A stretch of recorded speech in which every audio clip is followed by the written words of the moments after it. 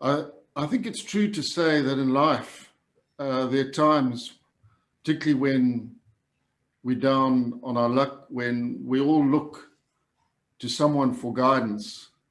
Some people look to psychiatrists, some to their religious leaders. I reach out to this gentleman for uplift when I'm down. I hear this booming, powerful, vibrant voice of a man utterly undaunted by life's challenges. And this serves as a very strong reminder to me that I actually have nothing to moan about. It seems almost from the moment a bullet severed his spine, he has done nothing else other than look for ways to help people he considers less fortunate than himself. I honestly don't think I know a man with a bigger heart and a braver man than former Lieutenant Dale Collett from the Selous Scouts, who's been good enough to spend some time with me today talking about the ups and downs of life and his career as a fighting soldier. Dale, it's a real privilege and a real pleasure to have you. Thanks very much for your time. It's a pleasure, Hannes. Dale, I think if you could, let's just go back to what brought you to Rhodesia and got you involved in the war. My dad had 2 farms in northern Natal, and he wanted to retire. And I said to him, I just left school. I said, I can't run a farm. I don't know what to do. So I want to go and do other things and learn a little bit about life. So I contacted my uncle, who was farming on 32,000 acres in Gwizi Ranch, just south of Marula. So I went there and my uncle paid me $20 a month, and I was helping on the farm. It was a tough life, it wasn't easy. And I was there for quite a long time. I don't know, 6 or 9 months. And then I went to go and work for my cousin at Gwai. And he had a string of trading stores. And I worked in one of his big trading stores, the biggest one, at Sipepa. And we sold everything from plows to panties. Tobacco, knitting needles, anything. There was absolutely everything was sold in that shop. And then I was called up to do my national service. So I said, great. So I went off Llewellyn Barracks, and while we were still settling in at Llewellyn Barracks, Paul Fisher was one of the guys that came down from the SAS, and they were recruiting from our intake. So I listened to everything the SAS had to say. And of course, they tell you all the glory bits. They don't tell you the genuine stuff. And they caught me hook, line, and sinker, because I thought demolitions and parachuting and canoeing and abseiling, this sounds like this is the sort of thing a guy needs to do. Yeah. So I went off to the SAS and I started my recruit course. Polishing floors, square beds, the whole trip. And then somebody, in fact, a few people said to me, Dale, you've got matric, haven't you? Yeah, I've got maths. Doesn't matter, you've got a matric. I said, yeah. Why don't you go on an officer's course? So I said, oh, okay, sounds like a plan. So I made some inquiries, and I was then told I needed a matric certificate. So I hitchhiked down to Bulawayo and hitchhiked out to Mguza, where my uncle had a small farm on those Mguza irrigation farms, and dug through my trunk, found a matric certificate, put it in my pocket, went back to the main road and hitchhiked all the way back to Salisbury, got back there in time for Monday morning. Went to see, I think it was the adjutant, gave him my matric certificate. He said, right. And I was selected to go on the officer selection board. Right. If I remember correctly, I think there were 95 of us, all civvies. And there were a few military guys that wanted to go on an officer's course. But I mean, I was basically a civvy. I hadn't qualified at anything in the army. I hadn't even done a recruit course yet. So I went down to Gwela and we did the selection and I passed it. And I was one of 12 that was selected for the officer's course. And out of the 12, 9 of us passed the course. So I was commissioned in February 73. And I was posted to the RAR, and they were good guys. And I enjoyed it. I didn't like the regimental life of the RAR. It didn't suit me. It just wasn't part of what I wanted to do. I wanted to go and fight the war. I didn't want to worry about the history of the battalion and the mess silver and what they did in Malaya and all these sort of things. And maybe I should have, because it's part of the history of the regiment. It was towards the end of 73, Reed Daly, unbeknown to me, I'd never met Reed Daly, went down to Llewellyn Barracks and asked Barnard if he could, Colonel Barnard, if he could recruit me. And he said, it's okay. There was a bit of a story behind that, which I heard many, many years later.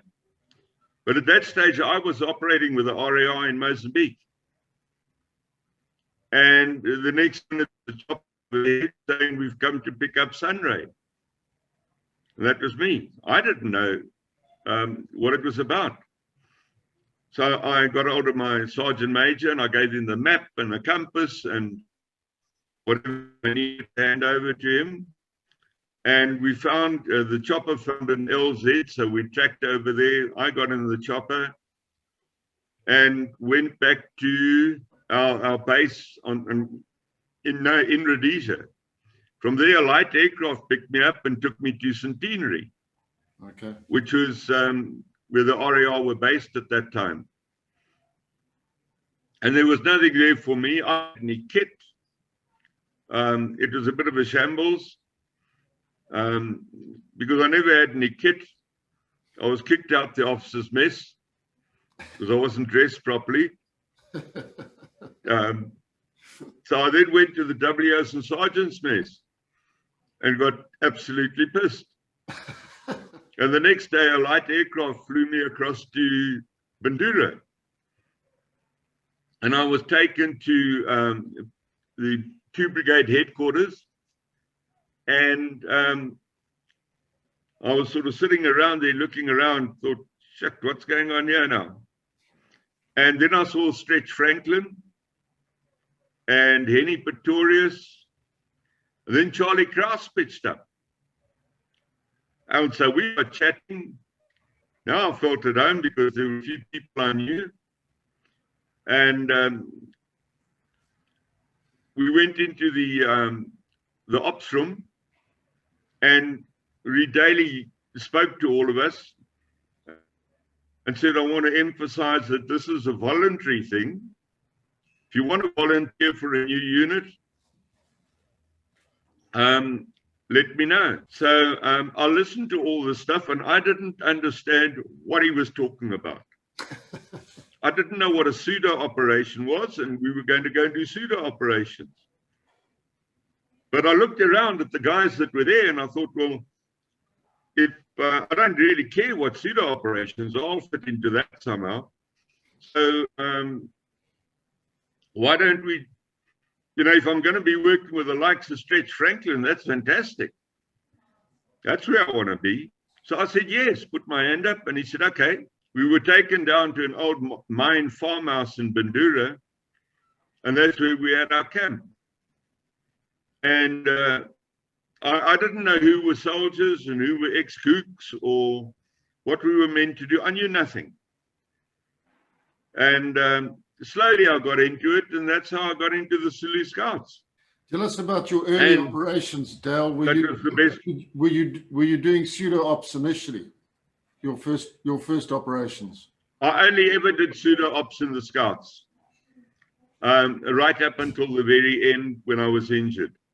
I was operating internally, mainly in the Madziwa and Chiweshe TTLs. And we did very well.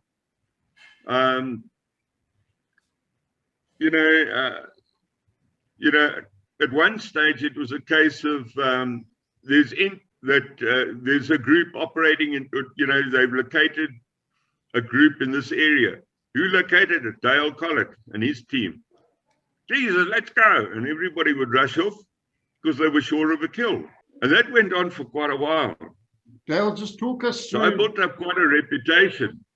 And then they brought out, I'd had a few failures after that. There were a few lemons. And they actually brought out a beer mug with a lemon on it. Dale, just talk us. I don't know if it was aimed at me or not, but it had an impact on it. So we were very competitive in the Scouts. Talk us through the modus operandi, just how you operated when you were doing these pseudo ops, just the basic principles of the process. Our only task was to gather intelligence. We get the intelligence from the locals. We weren't there to make contact, because if we did that, we'd blow our cover.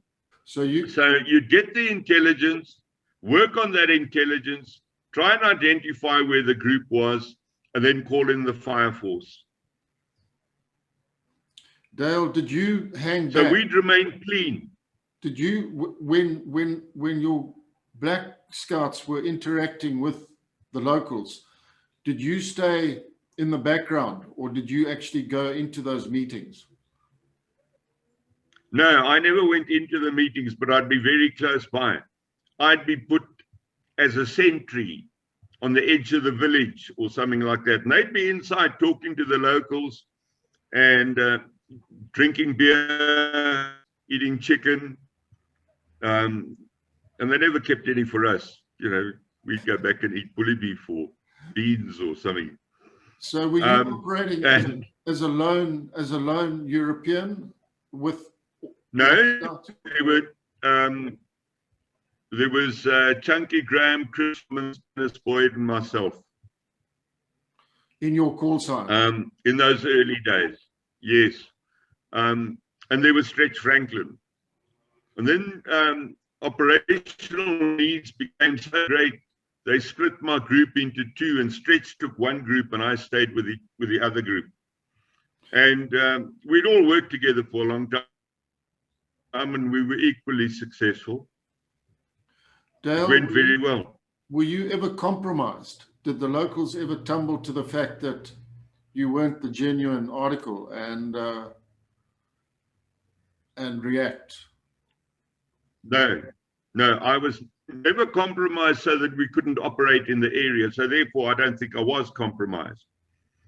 I'll give you an example. Stretch Franklin, his group, got into a situation where the locals were insistent they all sit down and drink beer, their local homebrewed beer. And they were all, of course, talking and discussing the war and liberation and all this sort of thing. And Stretch wasn't saying anything. So they sort of targeted him in their discussion. And quick thinking on the black guys, they said, listen, leave that guy alone. He's one of the fiercest fighters we've got.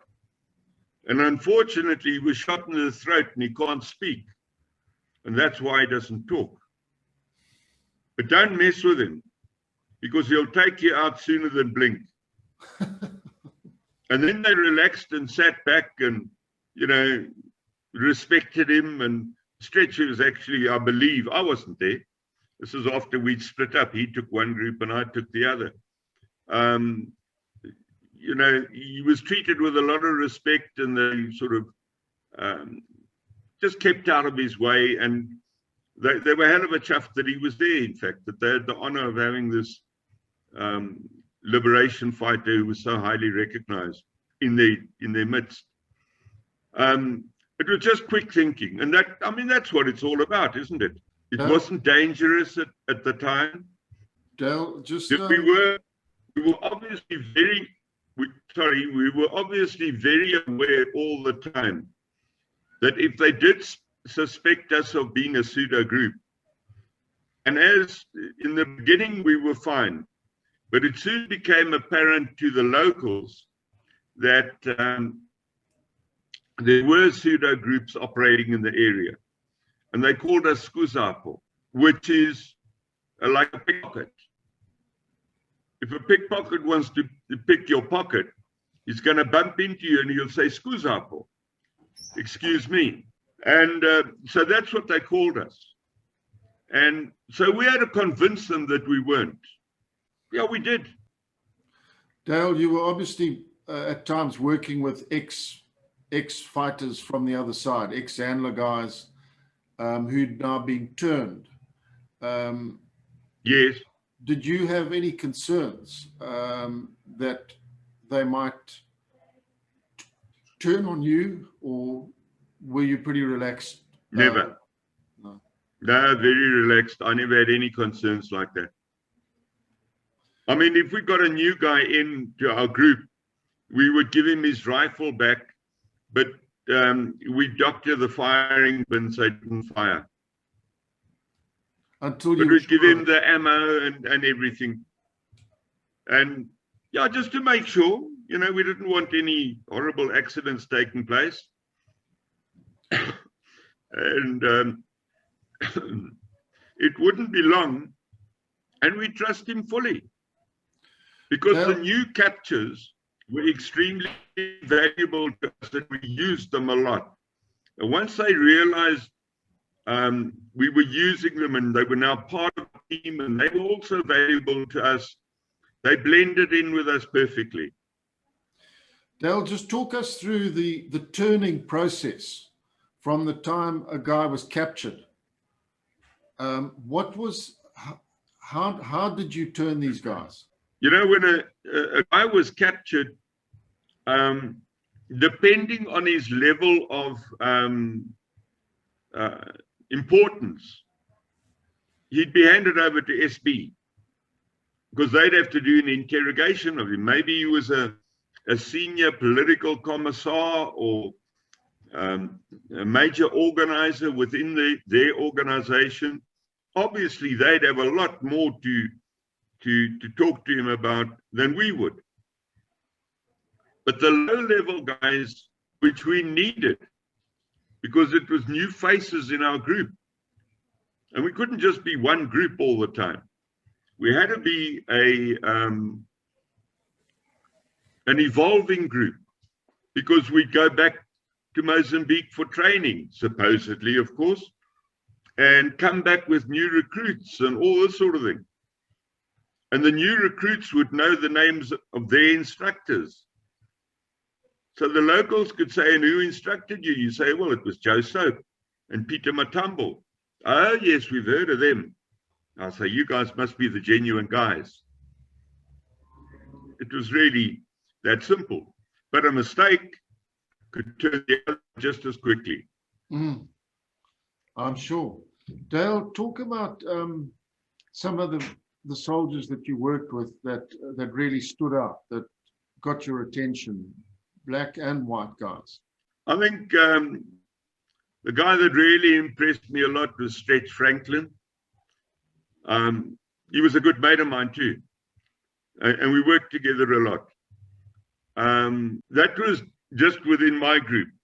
I was very impressed with Bruce Fitzsimmons, who joined the Scouts just after me, and he was a very good operator, very good troop commander, was very effective, and at one stage had more kills than I did.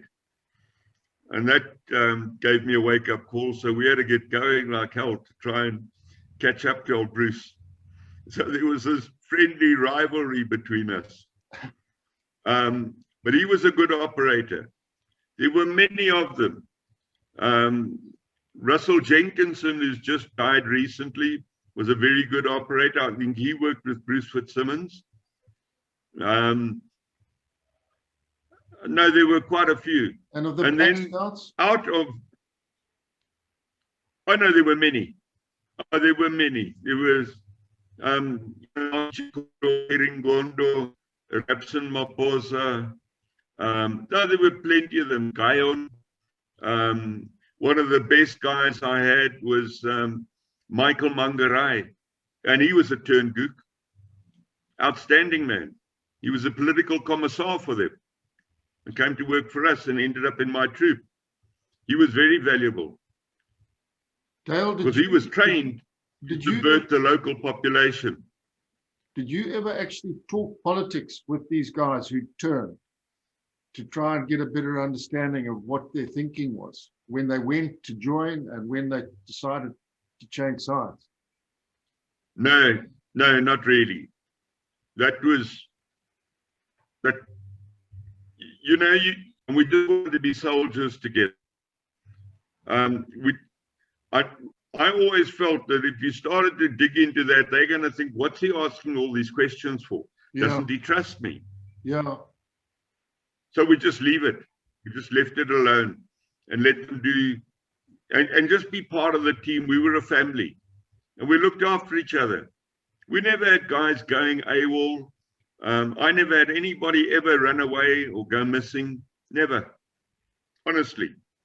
Quite incredible. Dale, they were loyal to us. Dale, you were decorated. I'm not sure if you got a Bronze Cross or a Silver Cross. Was that for a specific act of gallantry 74 for a series of operations?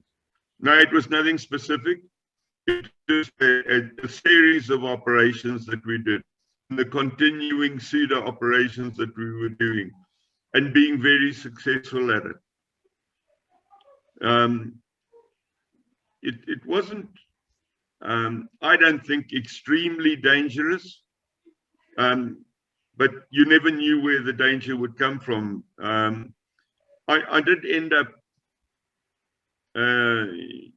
in a situation where we'd followed a group of, from the locals, intelligence and so on, and ourselves doing OPs and watching the movement in the area. We identified where they were, and then with locals information. And I went down there that night, and it was a very dark night. I never took anybody with me. I wanted to go and find these guys actually under a tree that I could just make out against the skyline. And I made my way down there and was wondering where to go to next because I couldn't find these guys. And I'd actually walked into them. There were 8 of them. Luckily, I never stood on anybody or tripped over anybody. And I put up a day glow panel nearby, stuck it on a thorn bush, and then, of course, tiptoed out of there very carefully. Went back to our little base camp, which is on a bit of high ground. Got hold of Mount Darwin, and they put in a fire force the next morning. And the RLI came in on that fire force. They were very good. Dale, tell us about the operation that you were involved in where you were wounded. Just the background, what you were trying to do, where you were. Just talk us through that. I'd been operating for quite a while, and I was getting a bit worn out, and I wanted a change, just to go and do something else for a month or two. So Daddy said to me, okay, you can go and you can run promotion courses, you know, to Lance Corporal and to Corporal. Okay. So I did that for 2 months, and of course I soon tired of that. And that was back at our barracks. And it was a nice break from ops. because it was continuous. You know, it was 30 days, 10 days off, 30 days, 10 days off, and so on. And you lived rough sometimes. I think the longest I went without a bath was 33 days or shower. So we stank. Anyway, I then went to read daily and I said, listen, I think I've done enough of this training. I'd like to go back on ops again. And I can't remember whether he said or I said, these guys are preparing to go on an op into Mozambique. Can I join them? Or he said, would you like to join them? I can't remember which way it went, but it ended up on it. And there were reports of a big logistics base at Papai. So we drove down there in vehicles. No problems all the way there. Drove down to this place. We have a punch up there, but nothing too serious. We killed a few. No injuries to ourselves. It was a building built by a Portuguese guy, and this was a community hall. And it had, from the front, you could you went up a few flights of stairs, and then there was a passage. Then went all the way down to a balcony, and I presume the balcony was there for dignitaries and so on to look down at the people dancing or partying down below. It was like a huge squash court, if I could call it that. But it was big. It wasn't as big as a hall, but it was a fair-sized building. And so because everything was quiet, so I went for a walk. I went into this building. On the bottom in this hall, we'd found a huge arms cache, and we'd captured a few buses. So the guys were busy loading boxes of ammo and anti-aircraft weapons and weapons, rifles and so on, loading them into buses. So I went for a bit of a walk. Well, I went up these stairs and down the passage, and then there was a door on my left and one on the right. And I looked on the door on the right, and I don't know, 6 cents or something said to me, you're alone here, and that there's something not right here. So I stood back on the doorway trying to figure out what to do next. And a burst of fire came out the doorway, out of the room, and around never touched me because I was out of the doorway. I was next to it, but around hit the wall on the other side of the passage, and a ricochet came back and hit me below my left shoulder blade. Went across, went through the spine, and on the way through the spine, severed the spinal cord, and it's still lodged in my back today. An attempt to get it out. I thought I might cost it a bit of perspex or something, tangle it around my neck. But they were going to do more damage in getting it out than it was worth it. It wasn't easily accessible. So it's still in my back. I collapsed immediately, but and I couldn't find my rifle. So, but I pulled myself back to the stairs that I'd just come up from ground level. And at that point, Cecil Vandenberg walked past. He was our mechanic because we went down with vehicles. So he said to me, he looked at me and he said, are you all right? And I shook my head. I didn't want to talk in case he heard me talking and come out and drilled me in the back or something, or in the back of the head. So I pulled myself down the stairs and he picked me up and carried me round into that hallway in the building. And he put, there was a counter there. And he put me sort of near this counter. And Bruce Lang, who was our medic, came along and promptly shat on me and told me, typical officer. You know, a little scratch and he gets bloody, he's now crying and, you know, and whinging and, you know, his oaks are too soft. And over the years, I've thought about this, and I thought, oh, bloody Bruce knew exactly what was wrong, but he wasn't going to tell me then. He'd rather wait for the doctors to find out officially in a hospital somewhere. But he wasn't going to tell me, I think this is what might have happened. Then Jannie Nel and Tim Bax went up. Jannie was unfortunately killed, and Tim Bax was shot in the legs. Tim Bax went the other way. He went towards the balcony, and he pulled himself over the balcony, and the guys caught him on a mattress. He dropped himself down on a mattress. Must have been very painful, because his legs were a bit shot up. I think it was in the one shin was quite badly shattered, and they wanted to amputate his leg, and he said, "No, fix it," and they did, and he's still walking on it today. So that op worked for him. Tragic about Jannie Nel. He was another great soldier. He was a fantastic man too. You know, great father, great wife, great husband to his wife. They had a good family. He was a wild bugger, but his wife knew that. And we had a lot of fun together. And he was a very professional soldier. And I've often thought of Jannie. Hold on. Obviously, every year I do on the 26th of June. Yeah. And then I was flown out on a chopper. Okay. Unbeknown to me, I was on a stretcher when they put me in. Jannie Nel's body had been put in the chopper, and I think Tim Bax would have come out on the same chopper. We were put on a Dakota and flown to Salisbury, Andrew Fleming Hospital. And it wasn't too long. I'd had a lumbar punch. And I remember my cousin was there to see me. And I said, "Shit, I hear these lumbar punches are painful." And he grabbed my hand and was waiting for the lumbar punch to happen. And I said to the doctor, "Come on, Doc, are you going to get onto this lumbar punch?" He said, "I've done it." And of course, I never felt it.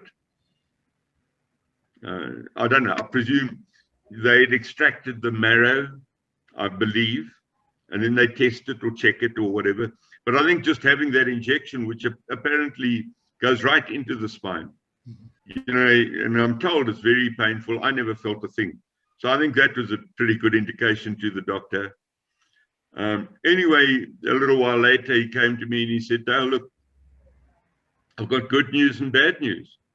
I said, "Well, what's the bad news?" He said, "You're never going to walk again." I said, "So what's the good news?" He said, "I've organized a pretty good come to your bed and give you a good wash." I was still blackened up and all that sort of stuff. So yeah, that was the start of a new life. Hell of a story, Dale. And then how long before you went back to the unit, back to the Scouts? I was only in hospital for about 3 days, because there was nothing they could do for me. I mean, the entry wound, because there's no exit wound, the round's still in me. The entry wound, Bruce Lang put a elastoplast over it. No bandage, no bleeding, no stitches, nothing. It was very clinically done. So then I went to St. Giles, had a few hassles there, because I had a very sensitive area just under my nipples, on both my nipples. The skin became very sensitive, and that's really where the feeling ends or starts, if you know what I mean, depending on which way you want to look at it. And I couldn't wear a shirt, so I went without a shirt for over a year. Go to the Scouts, put on my trousers and boots and go to work. And you know, I remember going to a restaurant once, and it was quite a larny place. Some people had dragged me there, and they said, "Sorry, you can't come in. You need a jacket and tie." I said, "I don't even wear a shirt, put." So They gave us a table, but they sort of pushed us off one side to the window, but we had a great time. So, you know, it was fun. And it still worries me today. It was bad then, but it got better and better. And Octoloni even did what they call a laminectomy. I've got a long scar down my spine, and they opened it up to clean the nerves or find encrusted nerves or separate nerves or something, because he suspected that might be causing this irritation. And they weren't too successful with the op. And when they sewed me up, some of the internal stitches were not dissolving. So it went septic. So I had these septic sores on my back for a couple of months, till I went back into hospital and they cut them out and removed it. Then it healed up quickly. So there were those sort of challenges. So it took a while for me to get back to the Scouts, maybe about 6 months. Talk a little bit about Ron Reed Daly. I know you had a very close relationship with him. Just tell us a bit about the man. Quite a controversial guy. His career in the military ended very badly. I personally think he was very badly treated, but that's neither here nor there. I'd just like you to talk a bit about Ron, the man, and your friend, and as a commander. You know, he started the unit from nothing. I mean, really, we were in that farmhouse, and he came out there with a picture of what is now our emblem, our badge on our berets and so on. And he said, "What do you think of that?" And I looked at it and I said, "You know, what's it meant to be?" He said, "It's a, whatever the term you use, stylized osprey." So I said, "Yeah, it's all right, sir. You know, nothing great. I thought we could do better than that." And he said, "No, I like it." I said, "Well, good. Yeah, let's go with it." And right now I've got colors for a beret and colors for a stable belt. I mean, that's where it started. So I knew him right from the beginning. I think he led one of the finest counterinsurgency units ever in the world. I'm not saying the best, but I think we were one of the best. We were damn good at it. And that's borne out by the Americans. They still use the Selous Scouts as a model for some of their training. And even up to the level, apparently, I'm told, up to the level of staff course. So we did something right.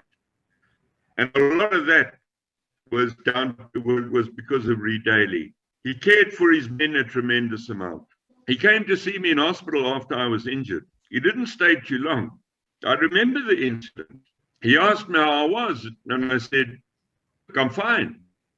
Yeah, well looked after, but how are you, sir? You know, Yanni Nell being killed and Tim Bax being injured. Are you all right, sir?" "I've got to go." He said, "That bastard, Dale Collett, he's more worried about me than me worried about him." And he said, he left. Yeah. He cared about his men. He really did. He was hard, eh? He was a tough bugger.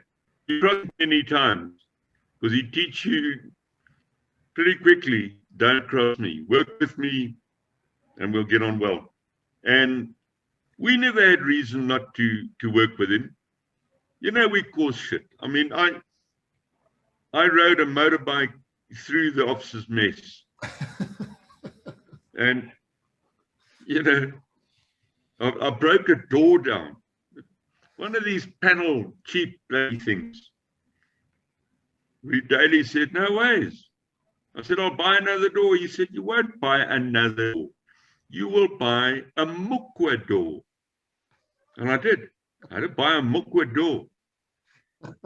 It was in one of these prefab buildings.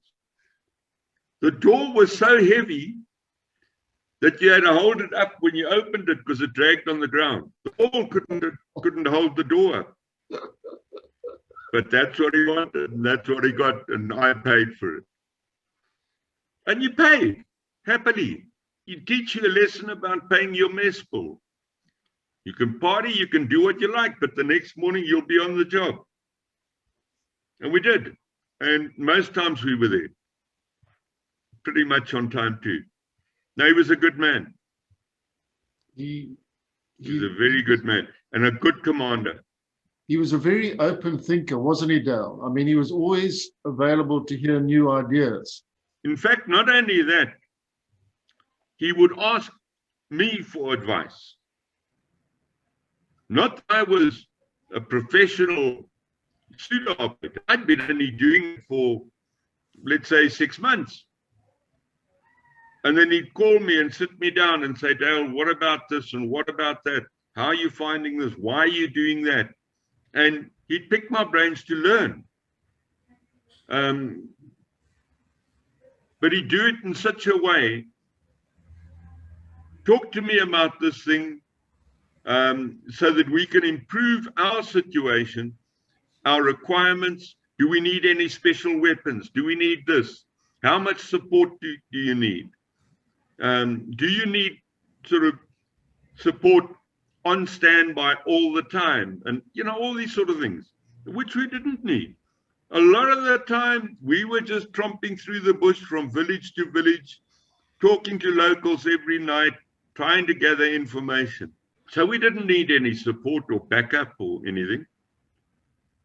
And we could look after ourselves to a large extent, let's be honest. Dale, why do you no, think, I like him. why did he? Sorry? He had many critics in the Rhodesian army, in the security services, and a lot of people seem to be gunning for him. Why do you think that was? You see what? I don't know what the reasons were. But you think that piss people off. We get in because we had our own special branch team working in the Scouts. And they gather information and say, this is the area we've got to operate in. So the Scouts could freeze areas and everybody would get out. Well, you can imagine what that does to all the other troops that are operating in the area.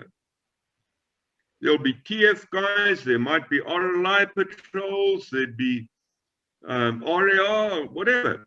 They'd all have to pack up their toys and get out because we were going to move in and operate there. Well, that annoys people.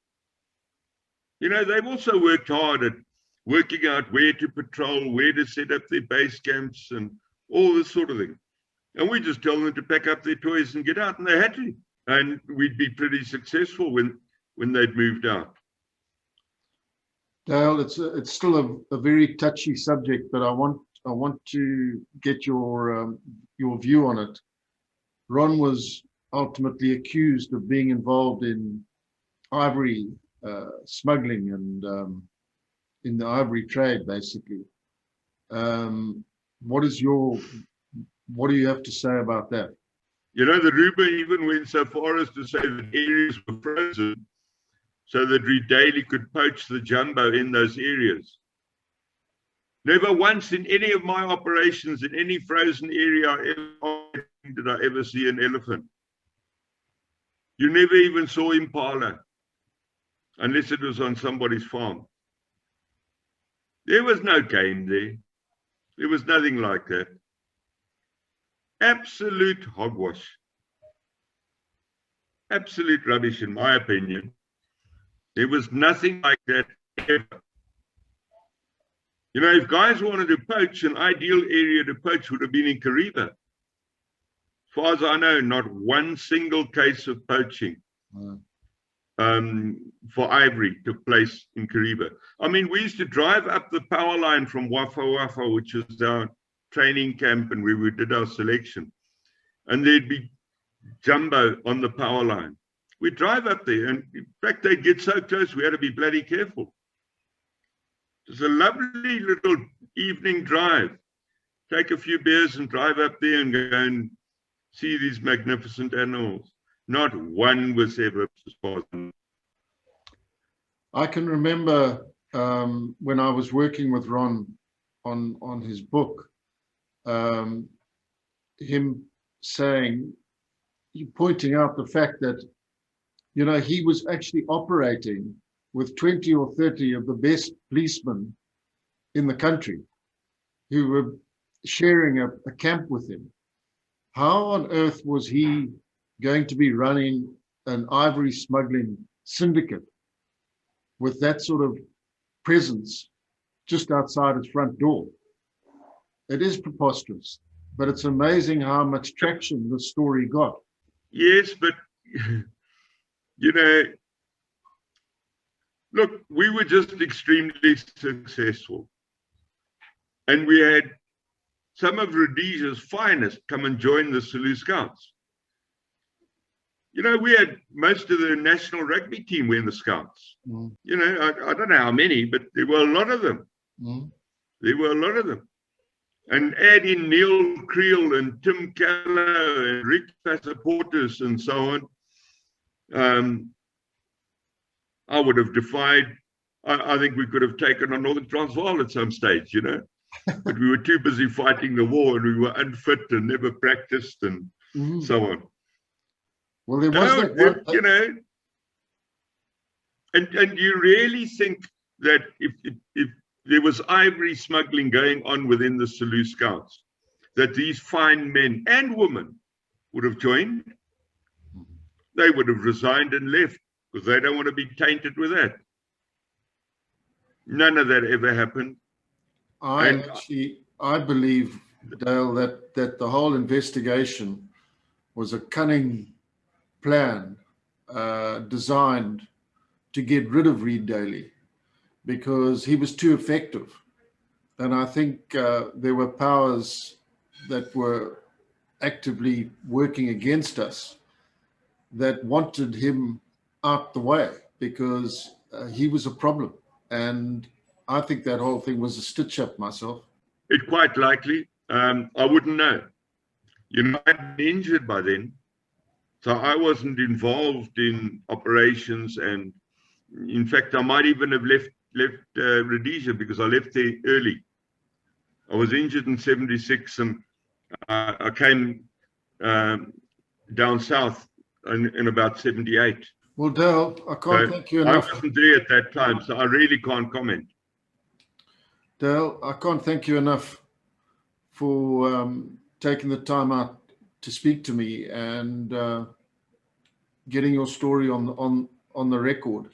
And I hope we can find time maybe to do a follow-up at some stage and just pick up on some more of the stories, because I know an awful lot of people are going to be very interested to hear more from you. So thanks very much indeed for your time today.